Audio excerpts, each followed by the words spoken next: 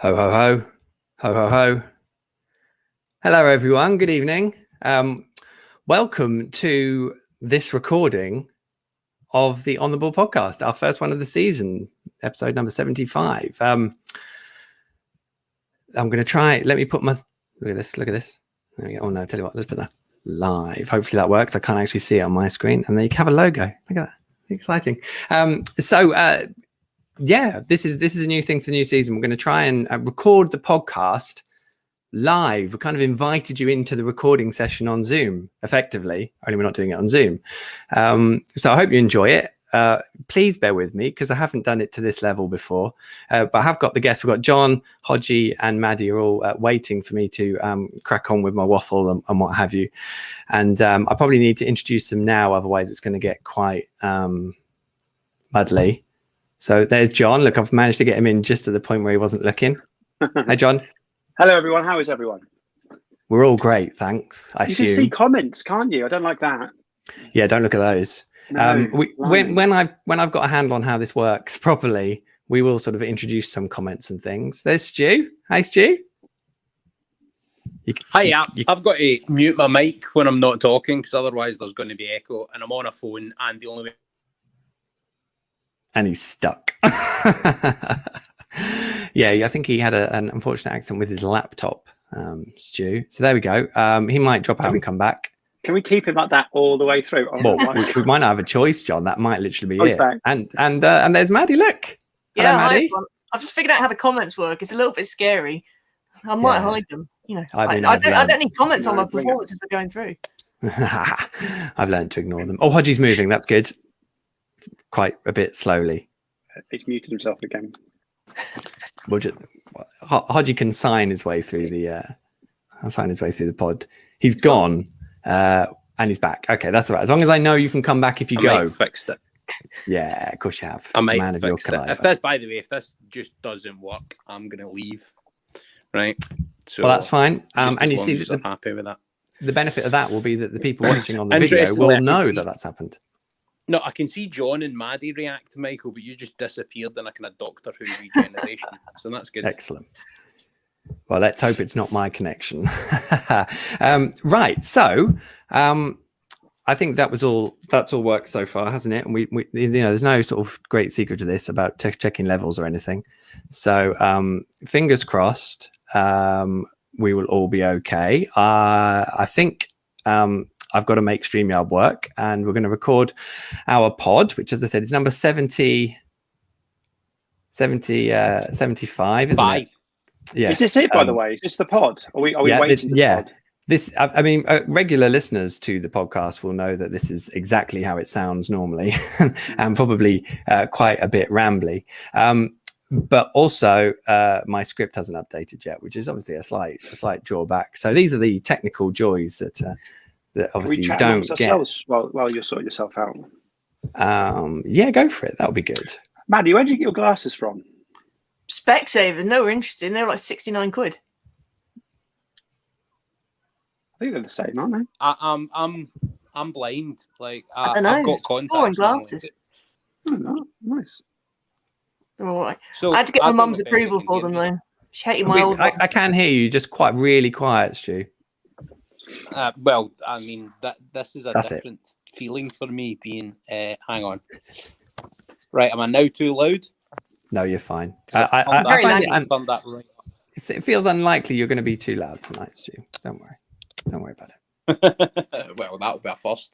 Aye, Maddie, I've always enjoyed your sort of bits and bobs on Twitter, pal. So it's nice to meet you finally. Yeah, hi. We haven't actually said hello to each other. We just no, I feel kind of bad. Your room. We've not had a chemistry check. We don't know if we get on. I'm either wearing glasses or contacts, but I'm blind. These are still a fairly new edition. I'm kind of annoyed that they're glaring off the screen. We'll see how it goes. They're meant to have that super Specsavers. Other brands are available. Glare protect, and I'm very green. Can you see how they go? They go green. That's it. Kicking That's in. rubbish. This is what people have come for. Specsavers, glint. We're very protection, whatever it interesting. is. You know, screw the football chat. Glasses are where it's at. Just to balance this with product placement, I've actually just ordered 2 new pairs of glasses from Glasses Direct. Because like it's cheaper when you get your prescription from the big optician and then go online for it. My sunglasses are from them, so fair respect to Glasses Direct, but Specsavers always your main pair. I've never looked back, Maddie. I've never looked back. I went there the first time. Specsavers quoted me £89. Oh no, my phone's wait. No, it's 8 o'clock. Wait. My phone's buggered. But is that better? I don't know. Right. Well, the good news is I've got my script. So this is what happens when there's a script just in time. Michael, yeah, no, this is all scripted. Before you start the podcast proper, that I think my phone might not be up to this. This. Don't you worry, Stu. We will be fine. Right. I've got a script, so that's grand. So I don't know if people are probably watching for the comedy value at this point, which is absolutely fine. So as everyone watches a grown man cry at how to use these things, I'm going to mute everyone. There we go. I'm going to stick it just on me because I'm that much of an egotist. There we go. I've muted Hodgey. So there we go. We'll try and bring those guys back in. I think we might be about to record the podcast, which I'm sure you're all absolutely delighted about. It's going well, isn't it? Let's be honest. So we'll try and talk about all the usual stuff on here. All of you regulars who listened last season, we'll try and do everything as normal. And yeah, I've done some jazzy stuff. So in that case, let's crack on with the pod, shall we? Let's do it. So this is the pod. Wish us all luck, everyone, and enjoy.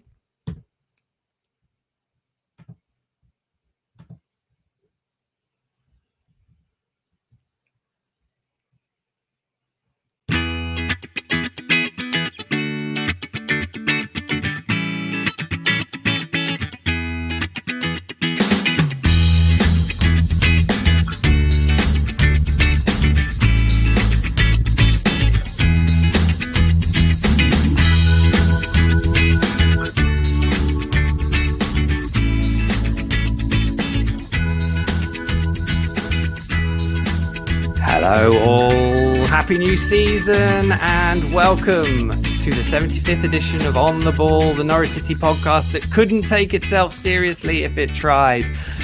I'm Michael Bailey, I cover the Canaries for The Athletic. A very good evening to you all, and for the first time since May, I hope this finds you safe and well. Look at that, absolutely seamless. On the way, summer selling happens so fast, transfer buying a trickier task, and is there any way Delia can cook them for just a little longer? We will work through all that and more with our guests this fine evening. They are our own Scottish maestro, commentator and journalist Stuart Hodge. Hi, everybody. I'm on a telephone connection tonight because my laptop broke. Actually, I threw it against a chair leg inadvertently and the screen smashed. So, yeah, if my phone gets dodgy tonight and I disappear randomly, that's why. But good evening, everyone. It's good to be back. It's beautiful to see you. We also have Canary songsmith John Rogers. Hello, everyone. Hello, Michael. Hello, Maddie. And hello, Mr. Hodgey the Hack, at Hodgey the Hack. Beautifully done. And along come Norwich contributor and debutant on the Ball, Maddie Mackenzie. Good evening, Maddie. Hello. I feel like I've gone a bit informal. Everyone's got, surnames, and Hodgey's got his Twitter out. I'm just Maddie. That's all you're getting. You're just getting Maddie. That's fine. Like Prince. That is the strength of your brand there, Maddie, is in your first name. I approve. Well done.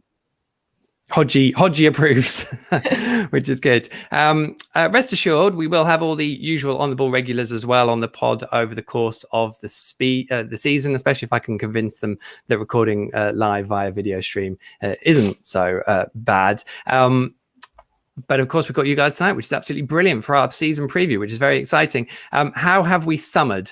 Have we summered well? Hodgey, have you summered well?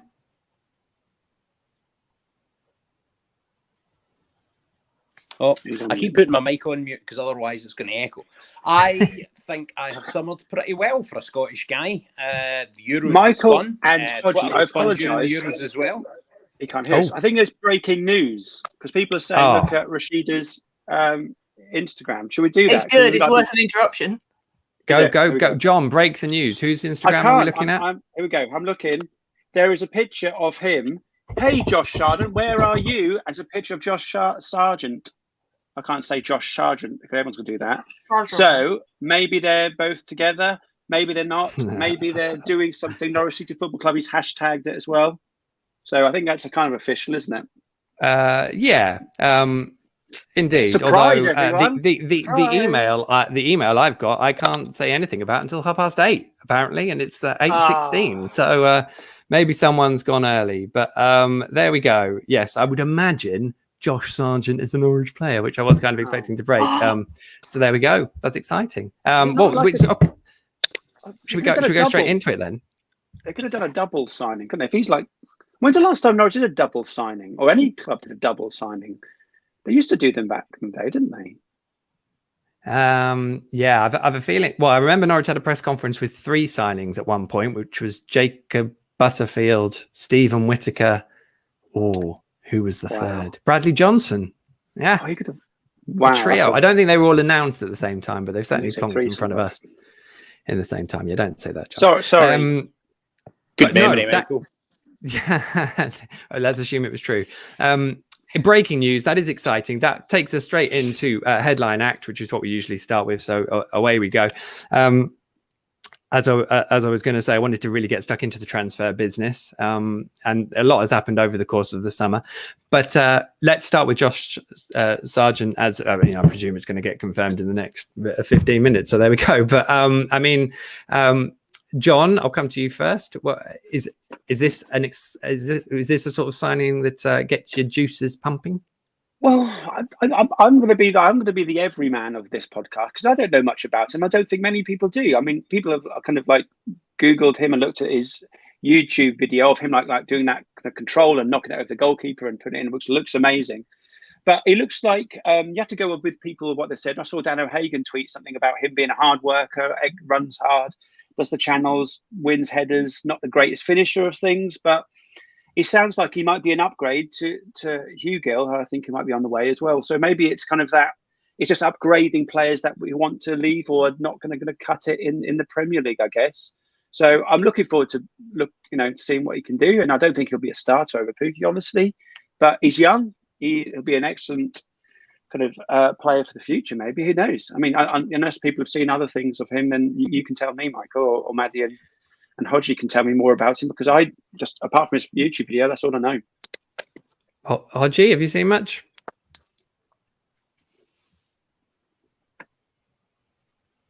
He hasn't heard much, you know that.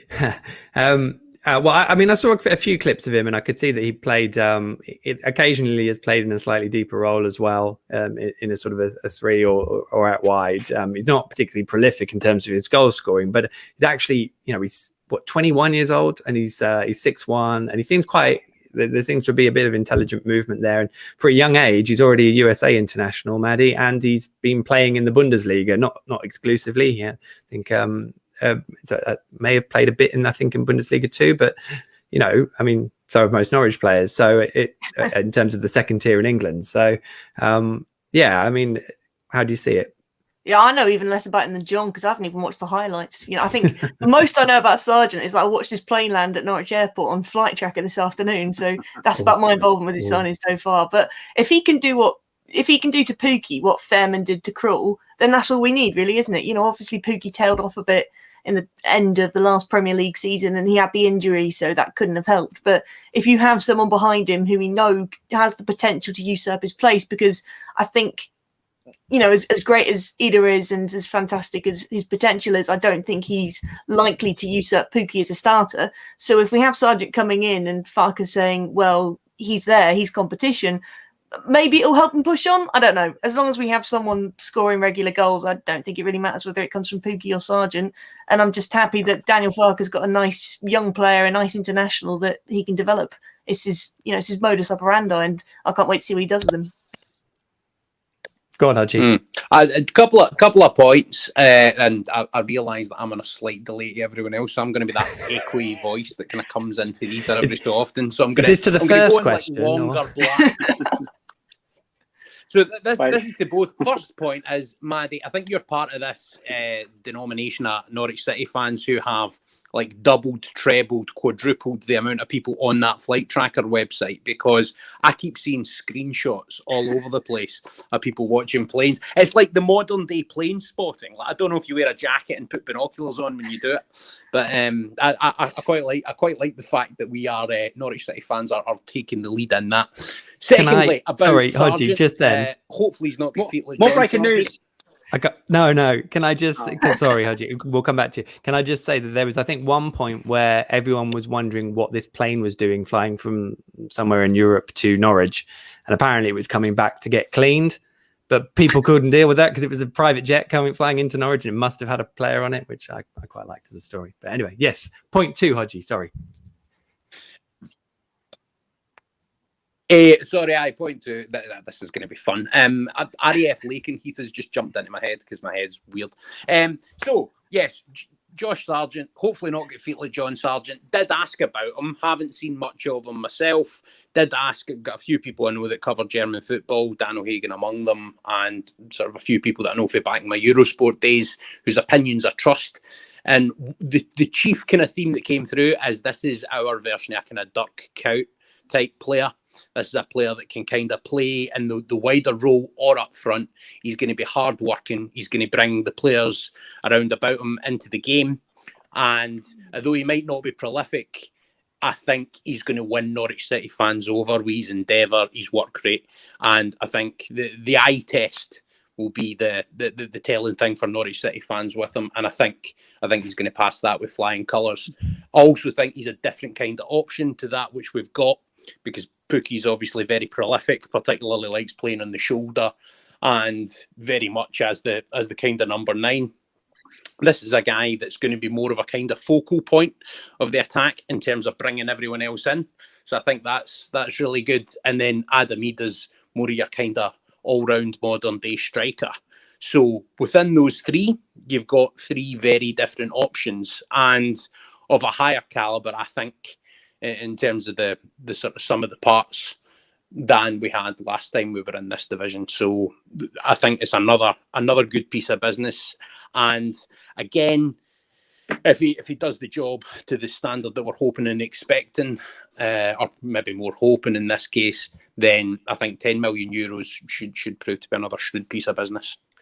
Yeah, it's a lot of money, and it is going to make for a fascinating situation with Jordan Hugill, who I would imagine will have people in the Championship who would like to take him on, especially, and Adam Ida, who's had a strange preseason for me. The prolonged spells of watching him going, you're just not taking your opportunity here, Adam. And then he generally scored about 2 minutes after I thought that. So, in terms of actually poaching goals and showing his predatory instinct, which I think Daniel Farker said at the weekend, it's all, or might have been after the Gillingham game, it's all there. It's the sort of work around it, and that sort of involvement in the game, maybe that hasn't been there. But he's a young man, lots of potential, and I guess it's sort of sliding the bar between having that potential and trying to deliver some of it to keep things going.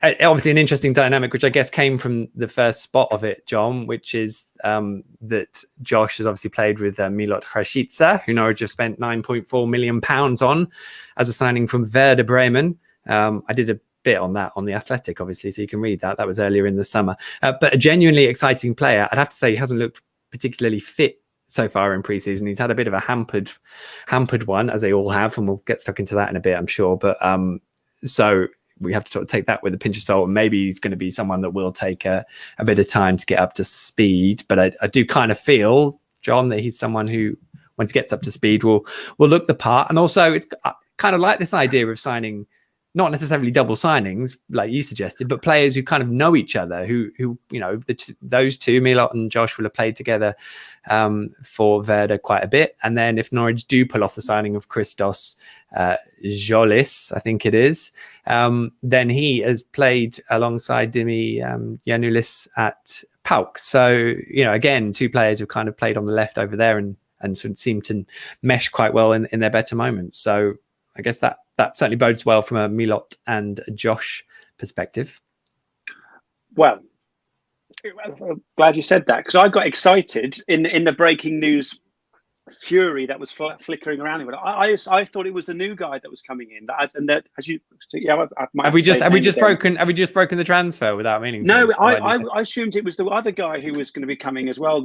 I can't say his name. You have to say it for me. The Greek winger. Christos Jolis. So someone has said that. I thought it was him doing a tweet about, an Instagram post about it. That's why I said the double signing. So I thought they were both joining. But obviously it wasn't. Okay. It was Rashika. So there we go. Yeah, I mean, it's nice to have that camaraderie with people, isn't it? That always helps. Maybe it's one of the lessons that they learned in their first season. There wasn't enough togetherness. We have brought these new players in who didn't know each other, maybe didn't speak the language very well. I know that the guys who they have brought in have kind of really got really good English as well. It kind of helps sometimes when you're into a new club and a new team. Maybe that's going to help things. I don't know. Who knows? But the thing is, no one knows about pre-season because we've missed a lot of it. I've seen one game of pre-season. That was a Gillingham game where everyone wet their knickers about how we're going to be flying into Europe. And then the Newcastle game came along and everyone's wet their knickers again and how we're going to be relegated before we've even scored a goal. So it's been a weird, disruptive,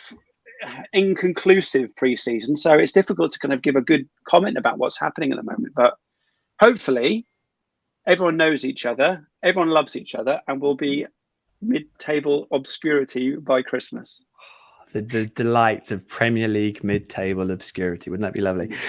Which does make me think of Pierre Lees-Melou, who Norwich have signed from Nice for £3.5 million, which when you watch him, you think that's an hilarious fee for someone who was Nice captain and played, one of France's biggest teams, really.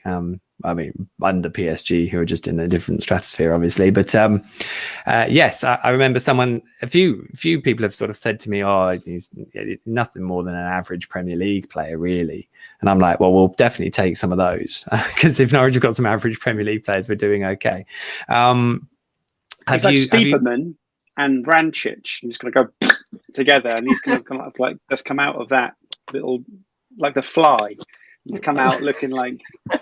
I've got a different idea on that. I think, and I don't ever know if my thing's getting through the ether, but I'll try. I think what they're trying to do is they're basically replacing various of the facets of Emi Buendia's game with three different players. So the high press, the tenacity that Emi showed in terms of winning the ball up the pitch. I think Pierre Lees-Melou's got a bit of that. He's also got the distance shooting of Vrancic, which you're right, John. Well, maybe not quite, but like he's going to offer a threat from outside the box, which is something we badly needed, I think. So he's bringing the tenacity. Billy Gilmore's bringing the eye for a pass and the ability to play it through with the sort of slide rules and the outside of the foot type stuff. And hopefully when it comes to the dribbling and some of that aspect of Emi's game, that's where Christos Jolis is going to come in and do the business on that sort of score. So I'm quite excited by that. But actually of the players that we've brought in already, Lees-Melou is the one that I'm most excited about. I think he looks the real deal. And I think it's going to be another one. So Norwich City you always think of them as buying players and then bringing them in so that they've got sell-on fee as an asset, right? I don't think that Pierre Lees-Melou's that. He's going to be a player that comes in. He's an experienced player. We might not sell him on for any money, but he's an absolute snip at that price we got him. And I think we're going to get massive, massive value out of that transfer fee over the course of his contract. And bringing that experience in, I think, is absolutely vital with this young squad of players round about him. I will just cut you off there because, you may have got a slight heading ahead of time there, but it's 8:30. Norwich have confirmed the signing of Josh Sargent on an undisclosed fee, but we know that's sort of 8 million north. He signed a 4-year contract. If you'd like some live quotes, how about this? Sargent said, I've always wanted to play in the Premier League, so it's a very exciting opportunity for me. I heard it's a good group of guys, and imagine the US accent. I heard it's a good group of guys, and I talked with the head coach already, and I really liked what they're trying to do here. I like to think my main position is a number 9, but I'm also very versatile. No matter where I play, everyone can expect that I will give my all, my 100%, and hopefully score some goals. Thanks for the picture, John. Nailed it. How good is the hair, by the way? He does have, yes, wonderful Third hair. kit's I like the gonna one go of him over. pointing to Milo's son on the locker. Yeah. Head coach Daniel Farker said, this is obviously from canaries.co.uk. We're really happy to. I'm not doing a Daniel Farker impression, by the way. We're really happy to have Josh with us. He's at a young age with lots of potential. There was a lot of interest in him, so we must pay many compliments to Stuart Webber for getting this deal done. Josh has a lot of experience in the top level in the Bundesliga in Germany and has been there with many goals and assists. He has also scored goals for his national team. He's a very good striking option for us, but is someone who can also play on the wing. He's been listening to me. He has pace and is also good with his head. We know he is always there with a big workload and has a fantastic character. We know we have to be. His teeth, though, was there? Look at that. They are fantastic. Oh, those are pearly. Aren't they? Are we not going for generalizations, but most of the American people I've ever met have had beautiful teeth. Finally, from Daniel Farker, we know we have to be a bit more creative in the transfer market. We think we have a player in Josh who can contribute and develop into a top goal scorer on Premier League level. We see his potential and are delighted to have him with us. I mean, reading between the lines there, you could possibly say that some people maybe think it's a jump far too soon for Josh, but we'll see, because that's Norwich being creative, isn't it? So there we go. Norwich have got their 5th signing of the summer. We've already spoken about one of them, which was Milot Rashica, another one, which is Pierre Lesmelou, and yes, I am practicing their pronunciations.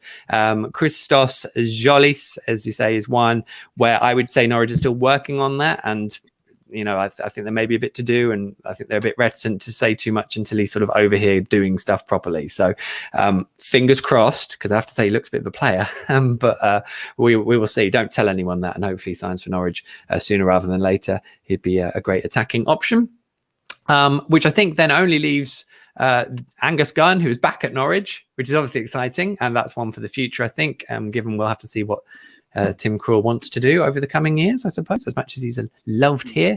And then the final one is, of course, Billy Gilmore, who is here on loan from Celtic. Give me a quick wrap of not from Billy. Celtic, mate. Not from Celtic, from Chelsea. Hey! He'd What did I hate say? hearing you say he's from Celtic. Did I say Celtic? Yeah. Rangers Billy fan, Gilmore isn't he? would not like you to say that Whoops. he's come for Celtic, mate. Freudian slip. That would be a war crime in the household of the Gilmores, I would He'll never suggest. give you a quote now.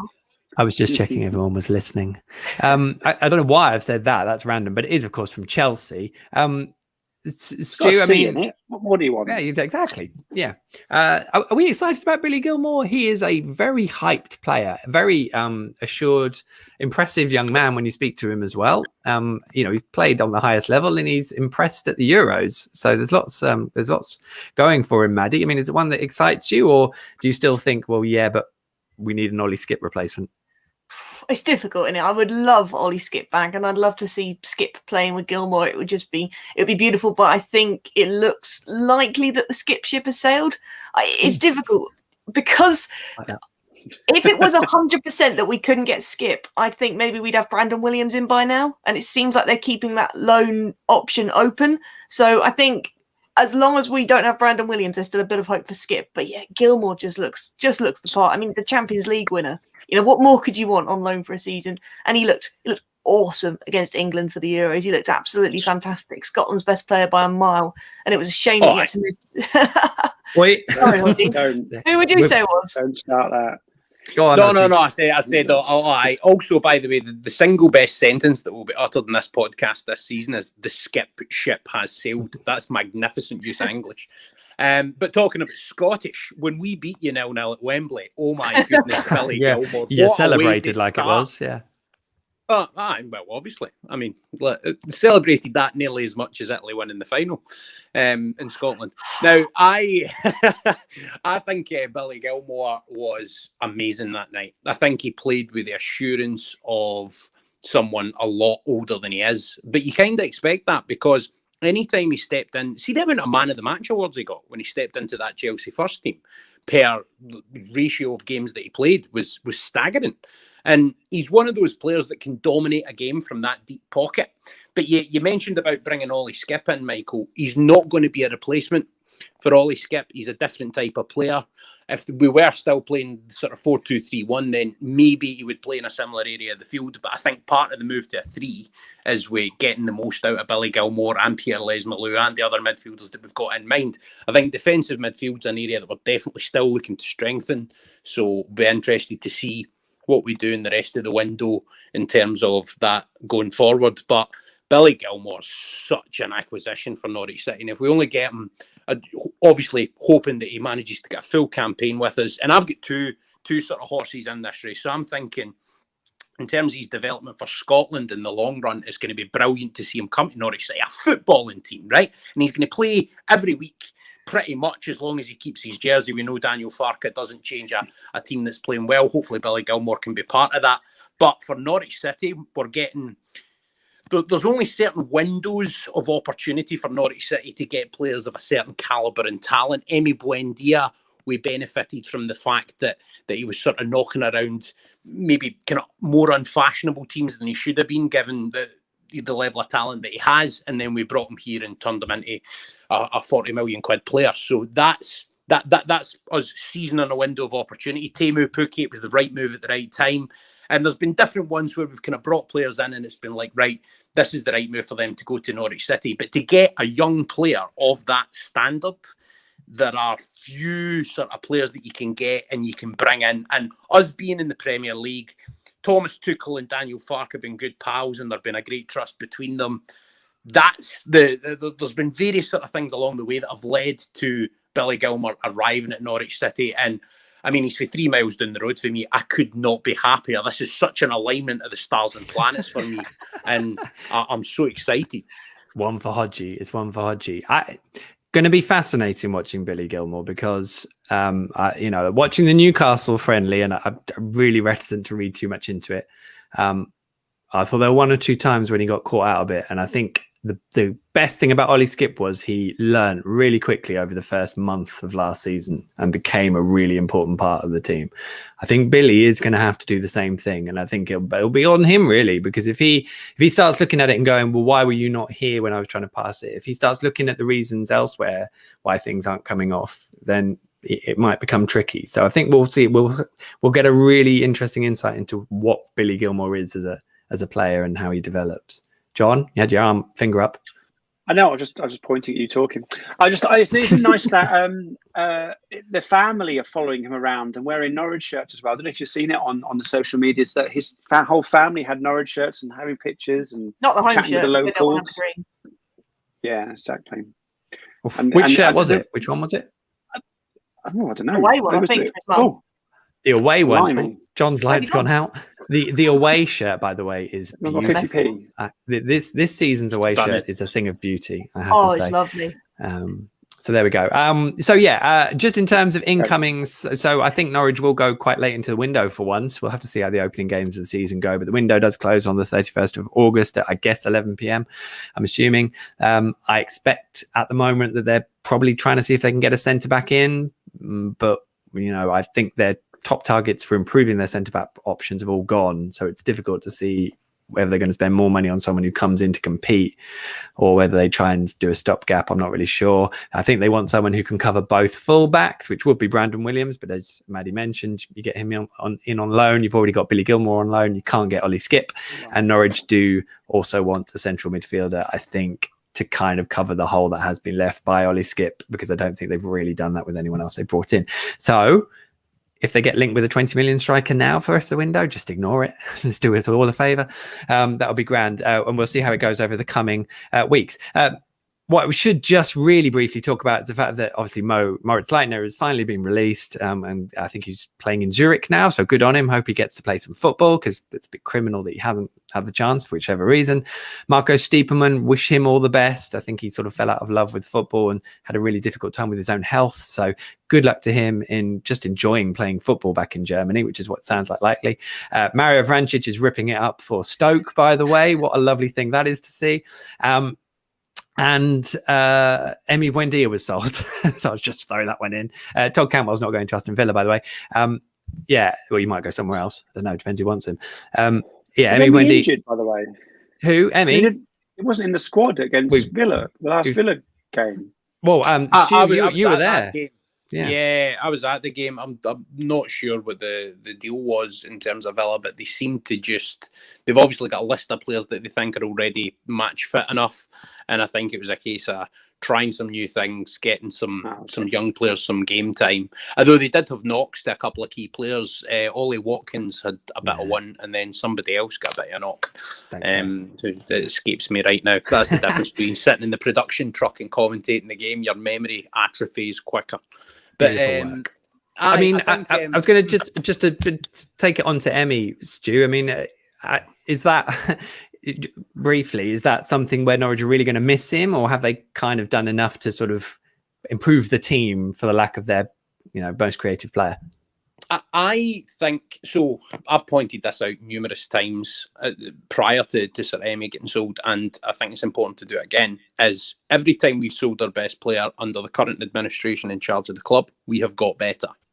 So, I mean, if you look at when Maddison was sold, I mean, Godfrey wasn't necessarily the best player, but he was probably, like some of the parts, the most talented player that we had in terms of the level he could hit.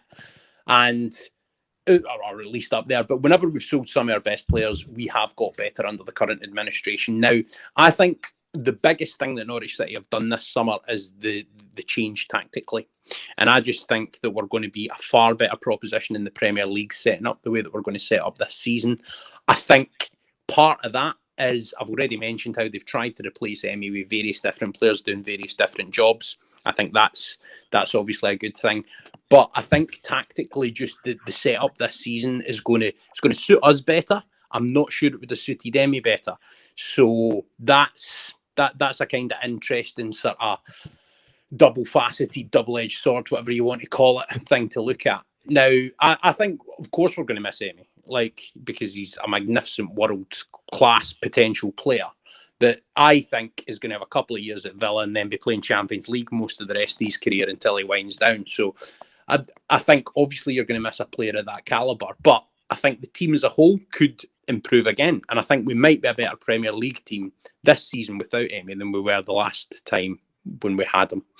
But I do know that at Villa, they are absolutely blown away by how good he is. And it's kind of maybe offsetting the Grealish factor for some of them a wee bit, but not enough. Blah. Oh, well, we'll see how that all pans out, obviously. And we will probably talk a little bit more about Norwich's setup. But I think what we're going to do now is we're going to have a sting. This is exciting. Sting time.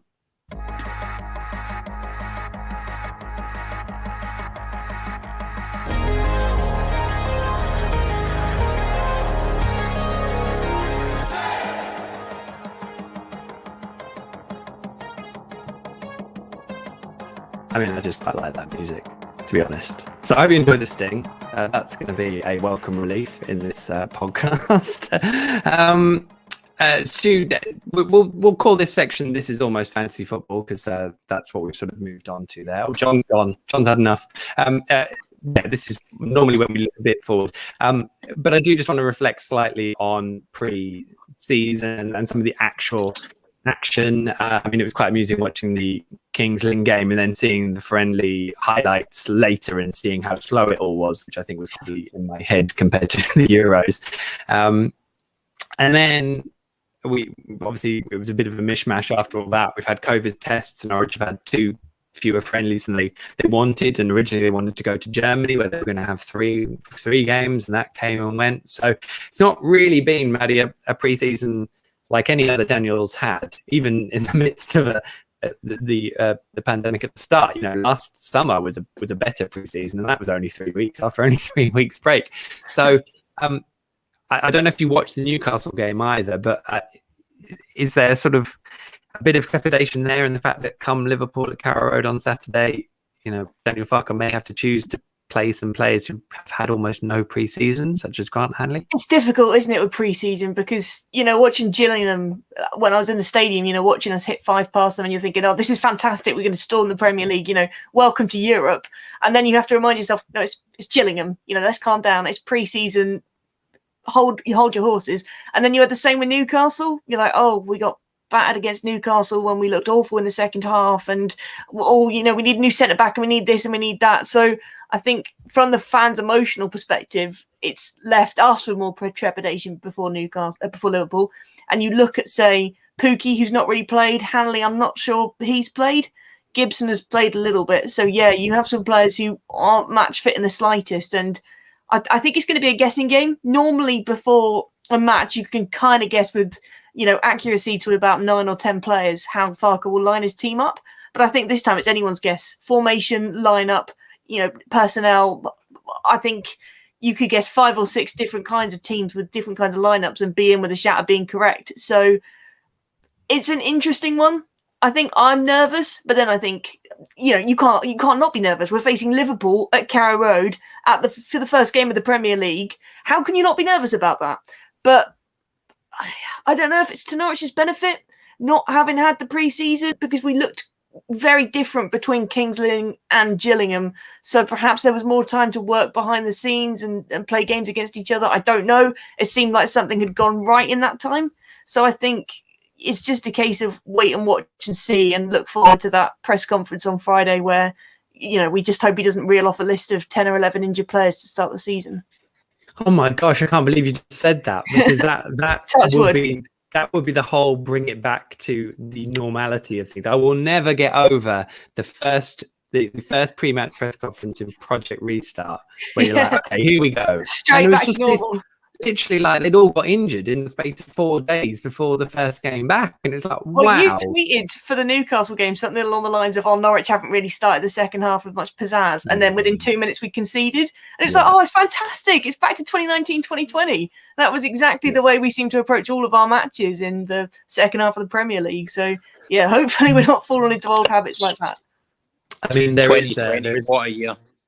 Yeah, quite. I mean, there is a lot I could say about the Newcastle friendly, and I just don't really want to say it because I just don't think it's fair. Like, well, let's see if it happens in a competitive game. But I mean, John, Norwich's start is ridiculous. I mean, I was thinking during the Newcastle game, if Norwich win this, probably everyone will get a bit carried away. So maybe it's good that they've, been done and looked a little bit off it as soon as Newcastle stepped up a gear.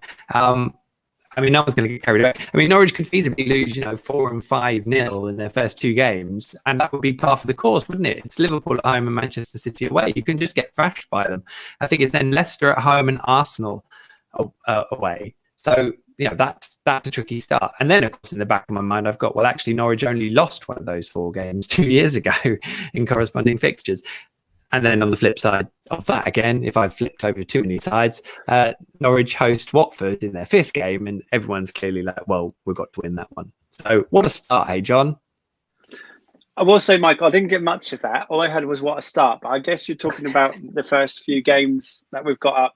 I guess it's kind of good in a way that it stops them from creating a momentum. And when those big teams are on a momentum, it's harder to stop that rolling boulder flying towards you that we're going to have. Liverpool have got a few injuries, I believe. I mean, but it means nothing, doesn't it? We're going to play them all twice in different places in the different times of the year. I mean, just got to hope that people don't get too upset when we might not score a goal in the first 5 games, let alone get a point. Who knows? We might surprise everyone. We might go away and get a really good performance like we did that first Liverpool game we played 2 years ago now. And, everyone was talking about how well Norwich started the game. We ended up losing it 4-1, didn't we? So we just need to make sure that we don't go into it looking all wide-eyed and smiley because we're in the Premier League again. I mean, we start to need to take it seriously this time. It's the first time I think we've spent a lot of money on the squad and got rid of the players that weren't going to get involved much and refresh the squad. It feels like a different Norwich a little bit, maybe. Who knows? And literally, who knows? No one knows, Michael. You don't know. No one knows. No. Hodgey doesn't know. Maddie doesn't know. No one knows. And no one in the comments that we're ignoring knows either. So we just enjoy the ride, smile, nod a bit, and go, oh, well, never mind. Let's go and sit in a seat in Carrow Road and watch fireballs come out of the ground like they do normally when we go to the Premier League. By the way, fans are back at Carrow Road. I should probably say that. We are at the moment having fans back, which will obviously be exciting. Maddie, can you wait for Saturday? Oh, I'm buzzing. Tuesday was fantastic. It was so nice to just be sat there for a game that didn't matter, and you could just sit there and enjoy it with your mates and just chat and watch football and chant and not care about the result. Even, I guess losing 1-0 to Gillingham or whatever would have been worse than winning 5-0, but it was just fantastic. And I mean, I know the club have got ideas of what they want to do for Saturday, which is of course exciting, and it's just going to be fantastic. That first on the ball City, I know everyone said it, but it's just going to be spine tingling. I think the attendance will be lower than perhaps we're thinking now. I think a fair few people will choose not to come, as is, of course they're right. And if that's what they want to do, that's fair enough. I think, the lack of COVID checks on the gates is a bit worrying for some people, but I don't know. I just can't look past that first on the ball City and how it's going to make me feel and how it's going to make everyone feel. And hopefully how it's going to make the players feel. Yes, fingers crossed. And I can't believe it's January 2020 that I was with you guys setting up the flags ahead of the Bournemouth game. And it's basically probably been like 2 or 3 home games since then where you've had to do it. So yeah. I hope you're going to be at Carrow Road, from like 10 o'clock, sorting all of that special stuff out for everyone, which would be wonderful. I have just tweaked with, 45 minutes into this recording and however long into the podcast, I haven't even talked about Daniel Farke signing a new 4-year contract, Hodgey. So do you want to mention that, because quite a big deal, really, isn't it? I suppose it is a big season for Daniel. That's the thing that sticks in the back of my mind. He's got quite a bit to prove at this level, I think. I don't know, maybe that's heresy, but what do you reckon? I think he's earned it, number one, because he's got us promoted as champions twice. I do agree with you, though. I think this is the season where, to be honest, it might decide whether he sees the deal out. I think if we bounce back down, then there's a good chance that we'll have Daniel Farke for a wee bit longer than maybe we will have if he manages to establish Norwich City in the Premier League. Because if he does, then if you are teams in England looking at that, or even more so teams in Germany looking at that, where there's already a great deal of interest in what he's managed to do at Norwich City, then I think clubs will be more inclined to pay whatever is due to Norwich City to do that. And I think that's probably part of, I don't know if it's sort of factored in the discussions over the deal, but definitely from Norwich City's perspective, such a good manager, you want to make sure you basically secure a transfer fee for him in the way out. And the way to do that is to make sure that he's got good length in his contract. So I think either way for Norwich City, with that in mind, it's a win-win. So if we do go down, we've got a manager that is proven in terms of getting us back out of that division, and someone who's been over the course, someone who won't panic, someone who will know what to do to get a relegated team sort of back thinking positively again and ready to bounce back. And if we do stay up, then at least we're making sure that we're not losing I don't know where you would put him in the pantheon of Norwich City managers, top 5, top 3, whatever.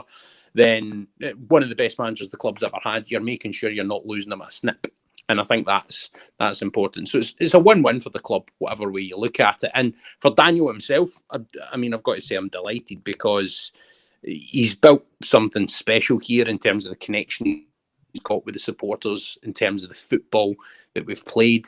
I think when you look back, and I think in our last podcast before we finished for the summer, John, you alluded to this a wee bit, and that was, I think just you thought the second campaign, or the second title winning campaign, under Farke was particularly special just because of how much we bossed it.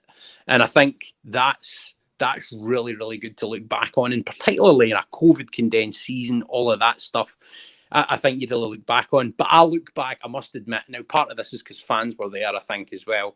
and all of the dramatic late comebacks and stuff. But that first title-winning campaign under him was absolutely amazing. And I mean, that Millwall game, I don't think I'll ever be at another game of football like that. It was so special to watch the last 10 minutes of that unfold. And he's done so much of that sort of stuff. And yeah, I mean, I couldn't be happier. Sorry, that was a longer answer. I loved it. Well, you know what? It was perfectly a perfect tribute to Daniel Farker, who long may his long answers reign, because life would be a bit dull in press conferences without them. I'm just glad I remembered to bring that up, because we could have possibly gone through the whole pod without talking about the manager signing a new 4-year deal. So that would have been good work. Well, I think we're all looking forward to Liverpool then on Saturday. Let's say that way, and looking forward to getting going. I'll have a quick look through some of your comments. For those listening to the pod, we're actually recording this live on a video stream, and we'll be doing that each week, so bear that in mind if you ever want to get involved. Richard Daniels, I'm not nervous in the slightest, he says. Excited to be back with nothing to lose in the first 4 games. Any points in those games would be a bonus. We'll be looking at performance over results. I mean, that does, though, John, put the pressure on the Watford game, doesn't it? Probably. I mean, it's interesting that you said it as a bonus. So again, this is the kind of the mentality I want Norwich maybe to get out. I know we're upcoming world champions last season. We were champions of the championship, so we should go with a little bit of more.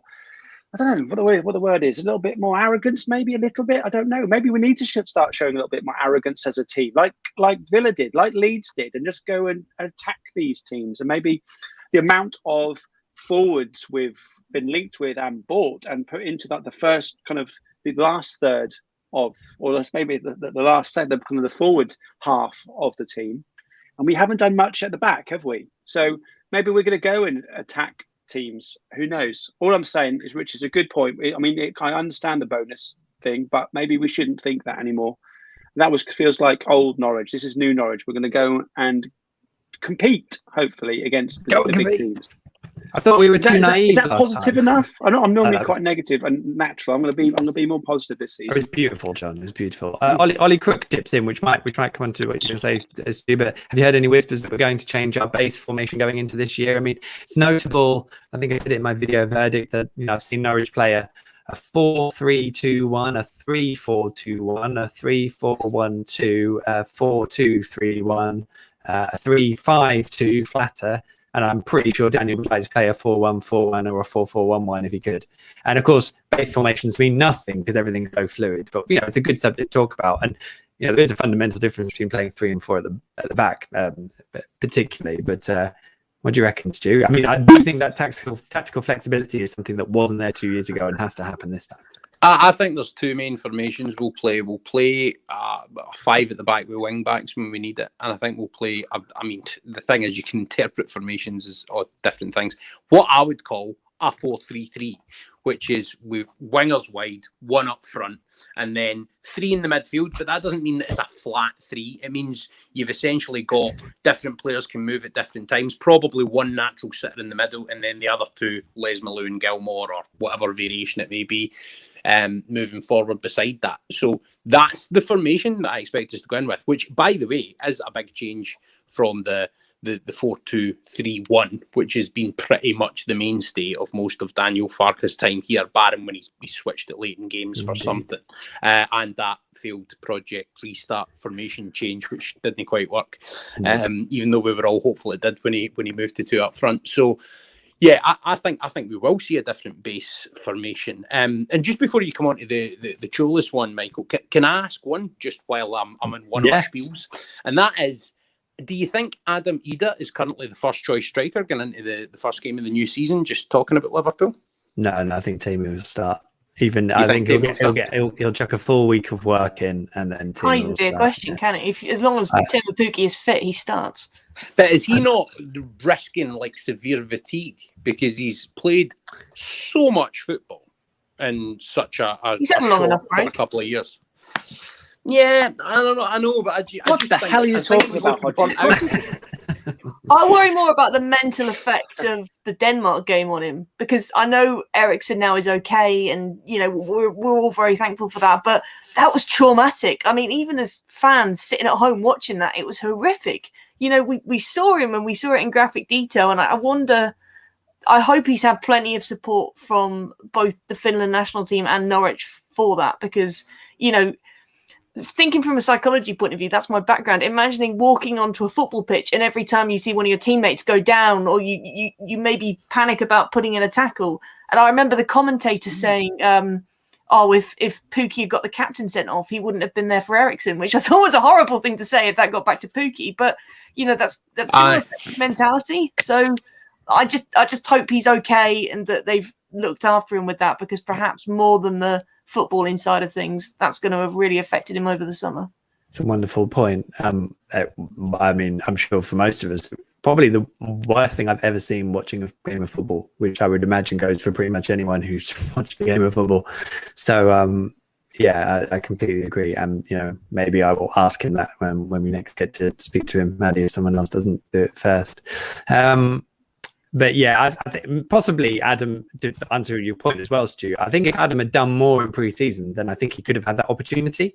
I just don't think he's done enough, sadly. And I thought that was probably the case against Newcastle as well. So I was going to flash this up from DN421222125, who is well in the know.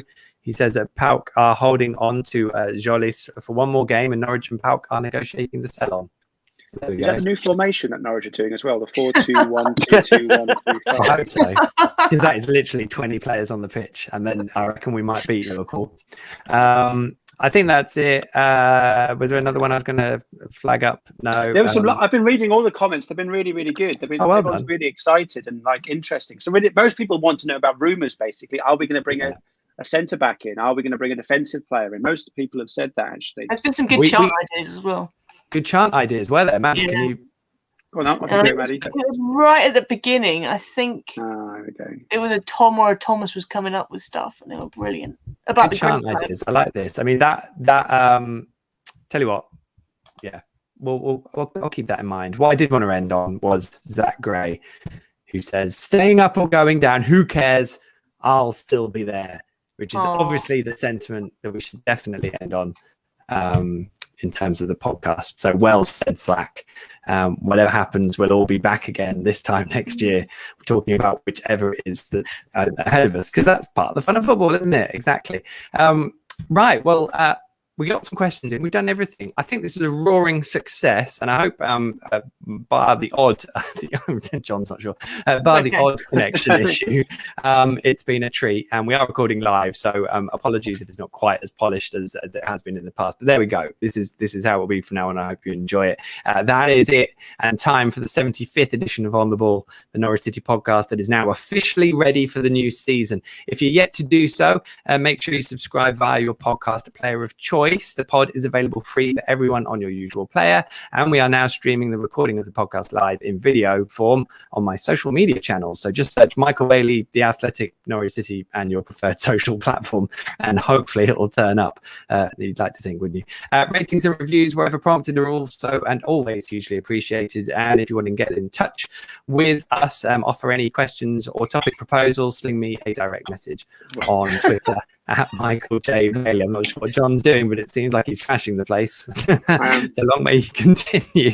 A big thank you to our guests on this season preview podcast. They are Stu, Hodge. Thanks, Stu. Thank you for having me, Michael. Absolutely nailed it. Thank you very much, John Rogers. Thank you, everyone. Have a nice night. Indeed. And a stellar debut from Along Come Norwich's Maddie Mackenzie. Thank you so much, Maddie. Can we do it again? Can you come on again? I'd love to. Cheers for having me on, Michael, and thanks everyone for listening. Again. Definitely. Right, we'll be back next week for loads more Canaries carry on. Making myself laugh with that one. In another On the Ball Norwich City podcast. Until then, and this is definitely going to work, never mind the danger.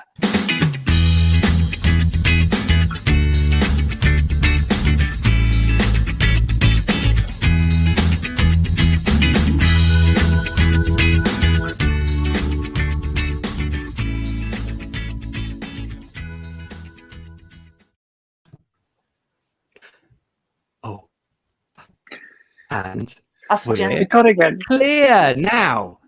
We are clear. Stu, John, and Maddie, we're still live. This is it, Maddie. Can we do what we normally do now? Wait, yes, John. Welcome to Wits End. Welcome, all of you Twitterkers. That's right. We're going to keep doing this, and Maddie's got no idea what's going on. If any of you have stumbled across this for the first time, this is on the audio podcast or on the video feed, and wondering why on earth this podcast hasn't ended, listen to On the Ball podcast number 42, which went live on September the 8th, 2020. It's all explained there. You can email this part of the show or podcast directly, twitterkers@icloud.com, or use the hashtag Twitterkers on Twitter. Just don't explain what it refers to, obviously, because this is a secret club for only those who discover it. This is the joy. I don't know if this is going to work with how we're doing it, because we're now on video. No, but what I was trying to do, I was trying to match up Hodgey's black bars, like he's on the got video. the two phones. It failed miserably, and I just ruined your ending, so I do apologise. No, it's this no, part, it's Maddie, where you can swear, you can be, you can. Well, just, hang on, whoa, no, stop it, John. Don't. Properly No, libelous. definitely not Stop that. Stop it now. This was not ratified. So, believe it or not, the pod was scripted.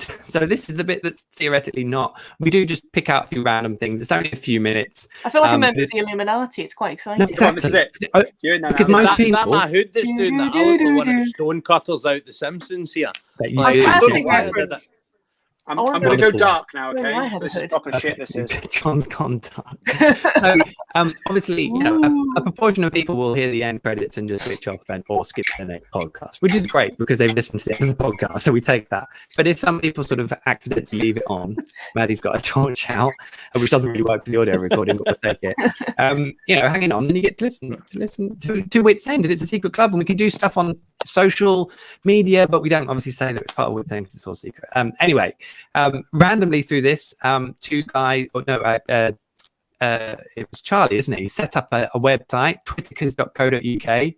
Nothing to do with me, but he set it all up. I haven't had a chance to look at it. He was going to relaunch it, but it's going to be very covert. So I reckon by doing this and now acknowledging that Wits End is continuing, hopefully twitterkers.co.uk will have something exciting for next week. I don't know. We'll have to see. But it's a right good website. It is an amazing website. Don't do that again.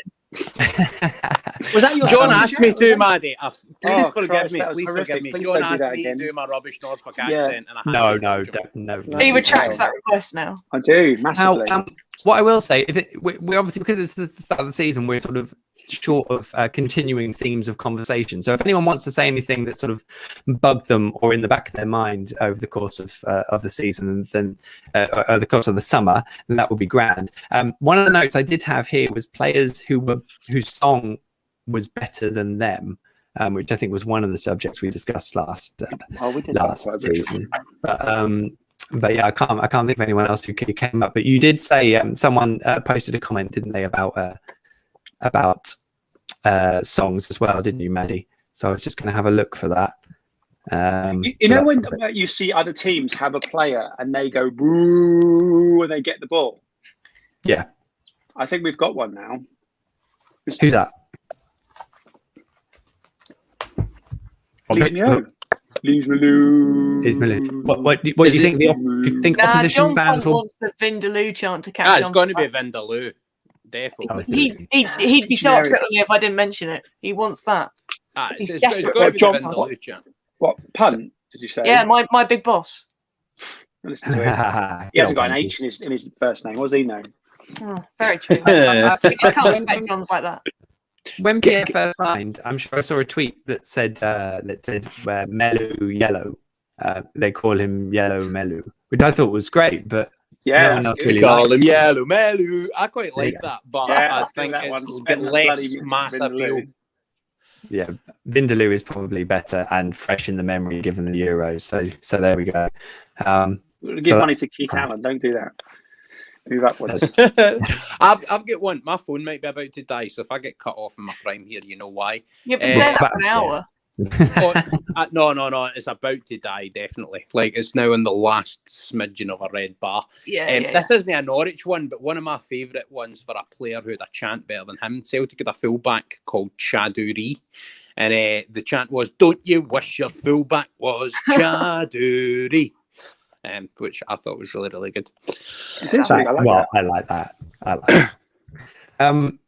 Well, to be honest, I think that's probably all we need for Wits End this evening. You can't end on a point about Celtic, mate.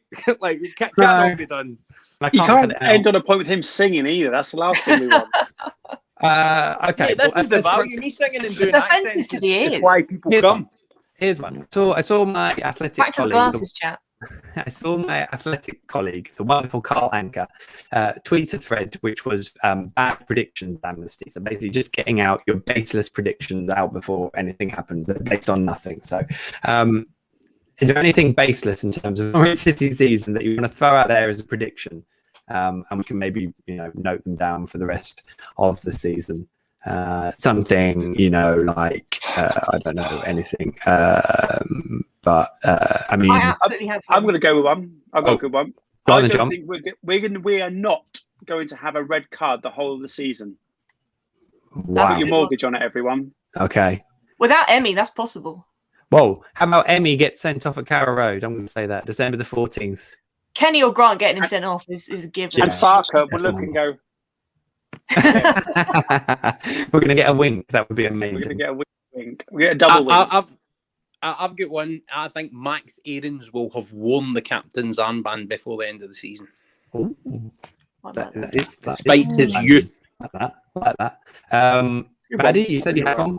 Yeah, mine, because I've gone the whole hour without mentioning his name, is that the one and only Lungi Sørensen is going to be Norwich's player of the season. I can just feel it.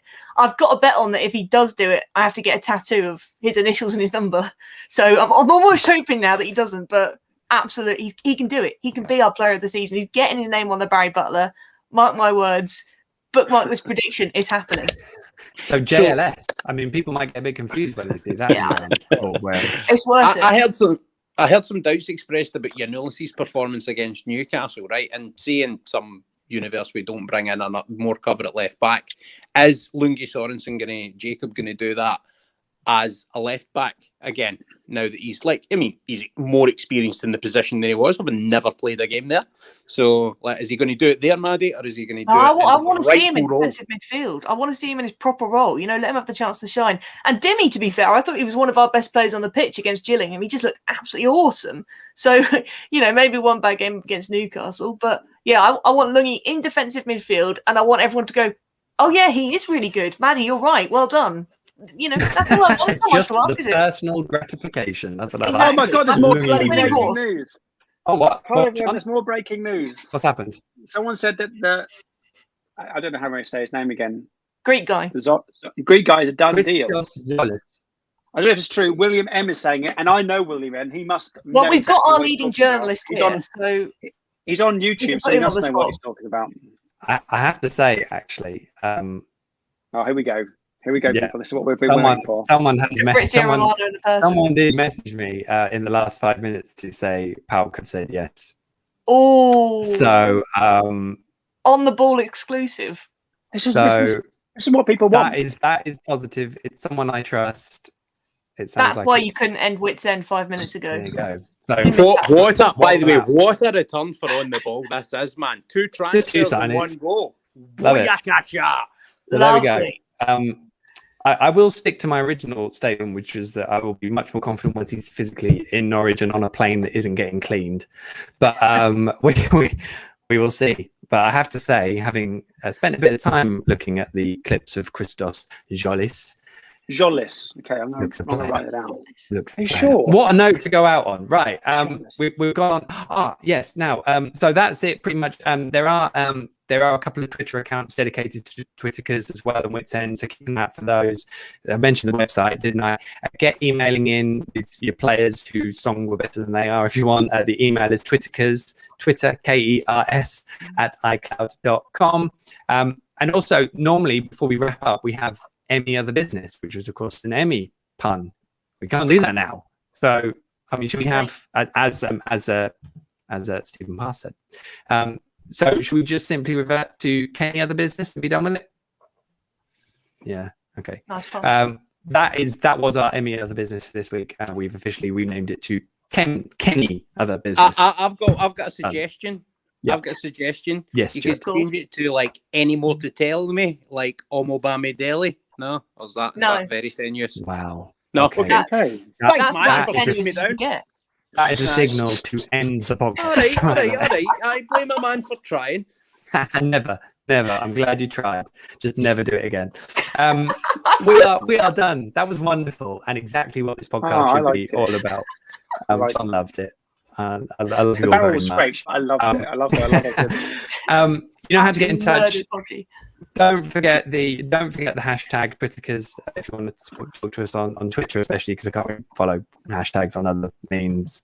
Woody in Norwich says OTBC. That's just an excuse for me to get practicing with the commenting function. And I think we're done. I don't know if I actually know how to end this, which is a bit of a, so I'm going to end this now. Maddie, thank you again so much. Aces. We'll get you on before, but you probably should go on the long Norwich one before you come back on here. Stu, thank you so much. Top stuff, Stu's always a pleasure, never a chore. There's Stu. John, legend, thank you. Always a chore, never a pleasure, etc., etc. Exactly. Bye, everyone. Right. Thank you for listening. Bye. That's it. That's time. Time is up. Thanks all. Until next time. That's a wrap. And that is where we end the audio recording. So we're done. We are actually done now. But I think that worked. But maybe this isn't the time for a debrief. Hodgey's completely frozen. Are we meant to still be live, or is this another? No, we are now. This is like the start. This is like the start bit. Thank you, everyone who watched all this in our recording session. I hope you felt it worked. We can do this every Monday, I think. Thanks, Hodgey. I'm going to remove Hodgey because I think he's a bit. Just kick him out. We're done with him. He did keep saying his phone was going to break, and I think it did just then break. So there we go. Now those three. Maddie, thank you so much for your debut, tops class. I can't wait to have you on again at some point, so that'll be awesome. Enjoy Saturday. Loads of luck with the flags and everything.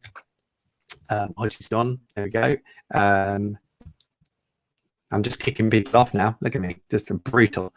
John. You're frozen. I haven't frozen. I was doing it on purpose. Good, doesn't it? Thanks so much. Bye, everyone. Take care of yourselves. Have a lovely evening. Bye. Bye. And there we go. So, I feel a bit more relieved than at the start. That is how this is going to work. In the middle of all that will be an audio podcast that will go up on the podcast feed quite quickly. And quite rawly. So you've seen us record it. You saw us all log in. You've seen us all say goodbye. It's the job done. I hope it worked. Wherever you're watching on YouTube, Facebook, or Twitter, which I think is what this was doing, feel free to send any feedback in if you wish, and we'll do our best to make sure it's all awesome. And I'll probably do a live Q&A. I'm going to call it the green room, which you think was before was going to be the sort of pre-pod video, and now we're doing all this. So we're going to do. I'll do a Q&A once a week, maybe every couple of weeks. Called the green room. So keep an eye out on the videos, and I will be at Carrow Road, all being well, on Saturday, of course, for the Liverpool game. So thanks everyone. Absolute pleasure to do this. I'm off to have my dinner and have a gorgeous rest of your week, and I'm now going to try and figure out how to turn this off. Do you want the usual end? It'd be good practice for me. Here's the usual end. Bye.